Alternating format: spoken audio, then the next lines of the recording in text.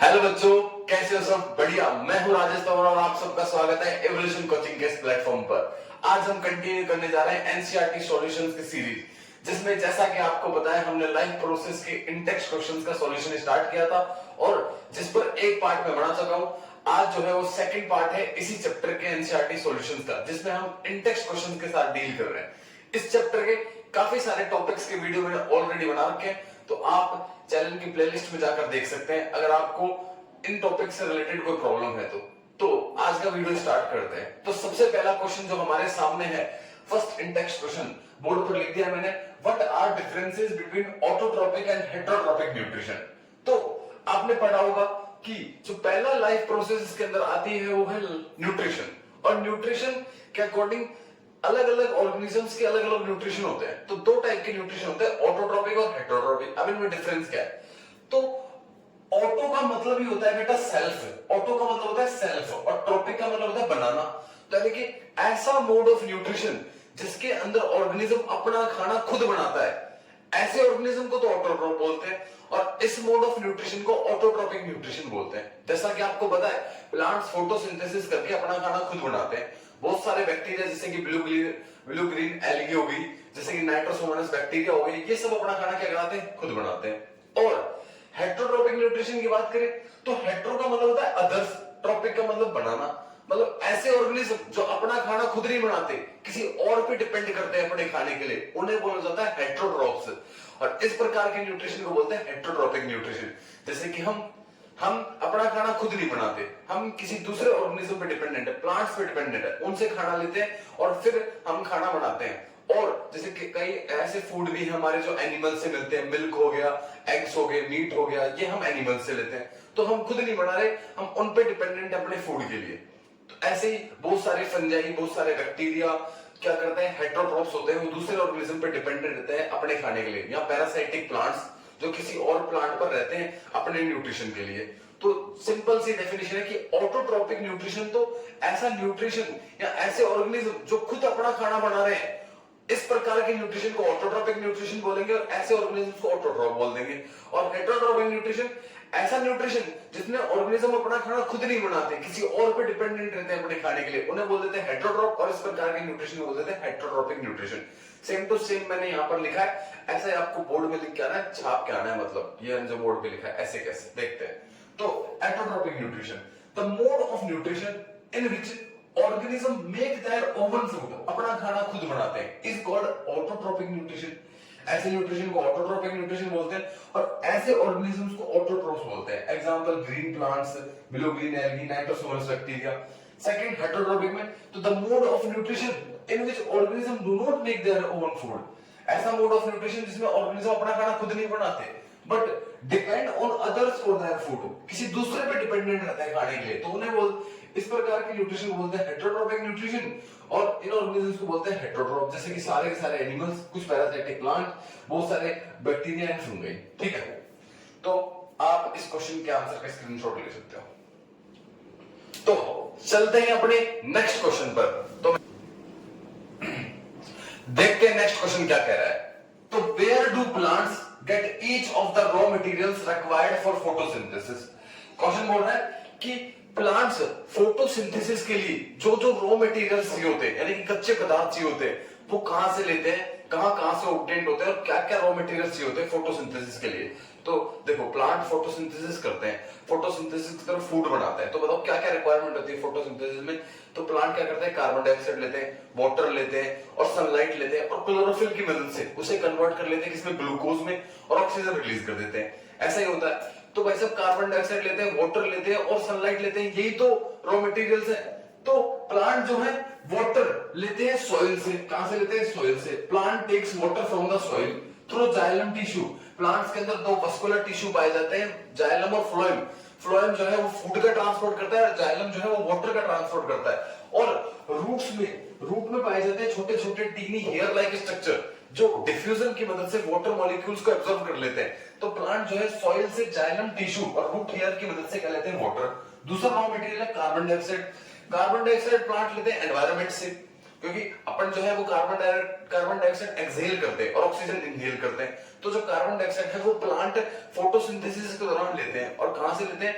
By the help of leaf की मदद से। लीफ में small tiny pore like structure पाई जाती है, छोटे छोटे छिद्र पाए जाते हैं, जिन्हें स्टोमेटा बोला जाता है। क्या बोला जाता है? स्टोमेटा। और स्टोमेटा की मदद से प्लांट्स कार्बन डाइऑक्साइड ले लेते हैं एनवायरनमेंट से। दूसरा रॉ मटेरियल। तीसरी बात करें सनलाइट, तो सनलाइट तो अल्टीमेट सोर्स ऑफ एनर्जी है। सन के द्वारा सनलाइट डे में पूरे दिन रहती है। अब क्या करता है प्लांट जो है, प्लांट के अंदर ग्रीन कलर का पिगमेंट पाया जाता है जिसका नाम है क्लोरोफिल, और क्लोरोफिल की मदद से प्लांट जो है सनलाइट को ट्रैप कर लेते हैं, एब्जॉर्ब कर लेते हैं।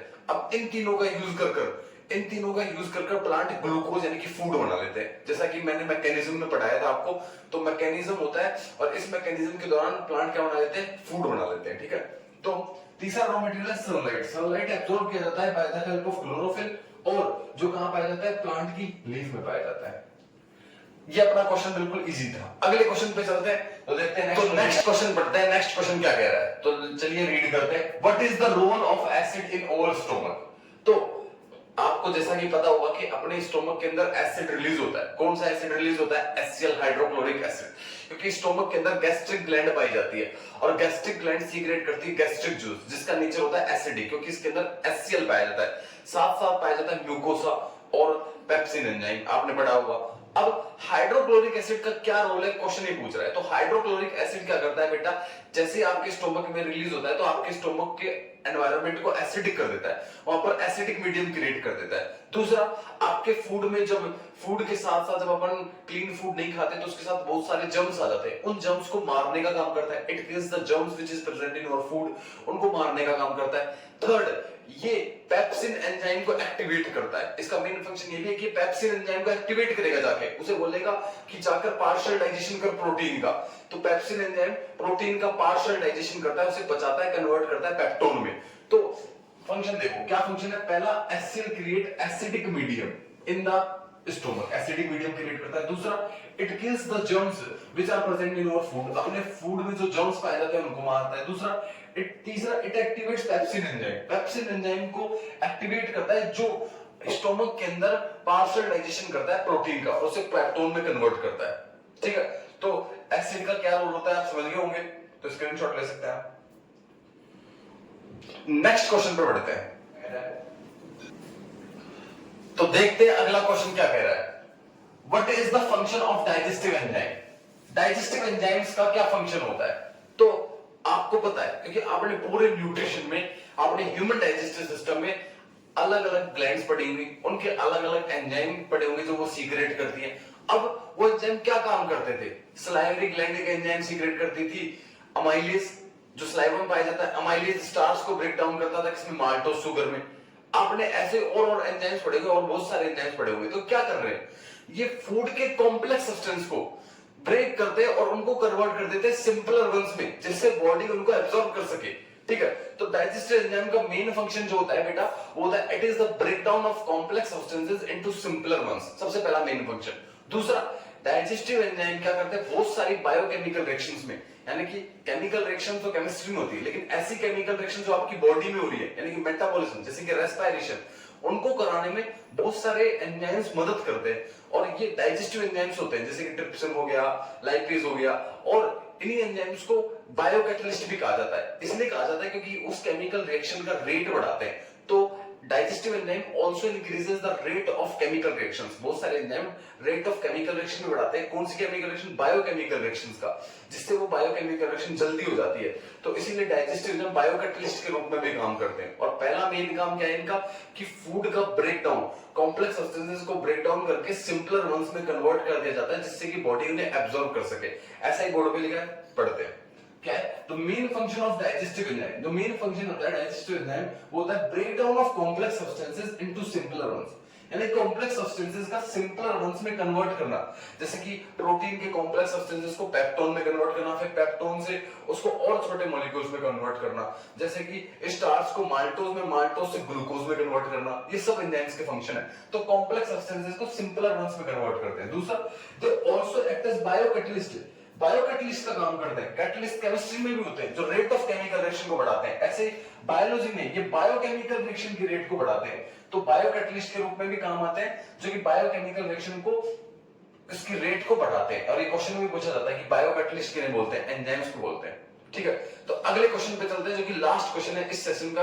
तो देखते हैं नेक्स्ट क्वेश्चन क्या कह रहा है, और काफी इंपॉर्टेंट क्वेश्चन है ये। How is the small intestine design to absorb digested food. काफी इंपॉर्टेंट क्वेश्चन है, पूछ रहा है कि स्मॉल इंटेस्टाइन में ऐसा क्या पाया जाता है, वो कैसे डिजाइन है फूड को एब्जॉर्प्शन करने के लिए। तो इसका आंसर बिल्कुल सिंपल वर्ड्स में देते हैं। क्या आपने पढ़ा होगा कि स्मॉल इंटेस्टाइन में फिंगर लाइक प्रोजेक्शंस पाए जाते हैं, उन फिंगर लाइक प्रोजेक्शन को विलाई बोला जाता है। ये जो विलाई होते हैं ना बेटा, ये फूड जब आता है इनके पास तो उसका सरफेस एरिया बढ़ाते हैं, उसको एब्जॉर्ब करने के लिए सरफेस एरिया बढ़ा देते हैं स्मॉल इंटेस्टाइन का, जिससे स्मॉल इंटेस्टाइन को फूड के एब्जॉर्प्शन के लिए टाइम मिल सके और फूड का एब्जॉर्प्शन अच्छे से हो सके।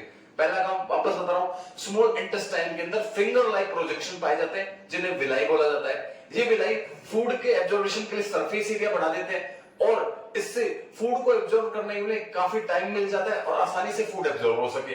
दूसरा, इन्हीं विलाइज के अंदर ब्लड वेसल्स पाए जाते हैं जैसे कि कैपिलरीज कनेक्टेड होती है। अब आपने फूड खा लिया, उसको सिंपल मॉलिक्यूल्स में तोड़ लिया, अब उसको एब्जॉर्ब करके हर एक सेल तक तो पहुंचाना है, तो ब्लड वेसल्स पाई जाती है विलाई में, जो क्या करती है फूड के सिंपल मॉलिक्यूल्स को जैसे कि ग्लूकोज, गिल्सरोल, इनको सिंपल मॉलिक्यूल्स को एब्जॉर्ब कर लेती है कैपिलरीज, और ब्लड के थ्रू हर एक सेल, हर एक टिश्यू तक पहुंचा देती है, उसका ट्रांसफर कर देती है। तो ये फंक्शन है किसका, स्मॉल इंटेस्टाइन का। स्मॉल इंटेस्टाइन के अंदर देखते हैं, स्मॉल इंटेस्टाइन के अंदर फिंगर लाइक प्रोजेक्शन पाई जाती है जिन्हें विलाई बोला जाता है। जैसे कि मान लो ये स्मॉल इंटेस्टाइन है तो ऐसे फिंगर लाइक प्रोजेक्शन पाई जाती है ऐसे। ठीक है, अब इन्हीं फिंगर लाइक प्रोजेक्शन में बहुत सारी क्या पाई जाती है, ऐसे ब्लड वेसल्स निकल रही होती है, इनमें से ब्लड वेसल्स जारी होती है, ब्लड कैपिलरीज जारी होती है जो फूड को एब्जॉर्ब कर लेती है, और इन फिंगर लाइक प्रोजेक्शंस को क्या बोलते हैं, विलाई। देखो, the inner lining of the small intestine has various number of finger like projection। small intestine की inner lining में बहुत सारे finger like projection पाई जाती है जिन्हें विलाई बोलते हैं। these villi increases the surface area for the absorption of food। ये विलाई क्या करती है, फूड के एब्जॉर्प्शन के लिए सरफेस एरिया बढ़ा देती है और आसानी से फूड एब्जॉर्ब कर सके, इसलिए काफी टाइम प्रोवाइड कर देती है स्मॉल इंटेस्टाइन को। दूसरा, villi are richly supplied with blood vessels. यहां पर ब्लड वेसल्स भी कनेक्टेड होती है जैसे कि ब्लड कैपिलरी जो फूड को एब्जॉर्ब करती है और हर एक सेल तक उसे ट्रांसफर करती है। तो ये क्वेश्चन बिल्कुल आसान है और काफी इंपॉर्टेंट क्वेश्चन है। अब आज के जितने भी इस पेज पर क्वेश्चन थे, इंटेक्स्ट क्वेश्चन मैंने सॉल्व कर दिए। अब हम नेक्स्ट वीडियो में नेक्स्ट इंटेक्स्ट क्वेश्चन से लेके आएंगे, और अगर आपको वीडियो अच्छा लगा तो वीडियो को लाइक और चैनल को सब्सक्राइब करें। Thank you very much.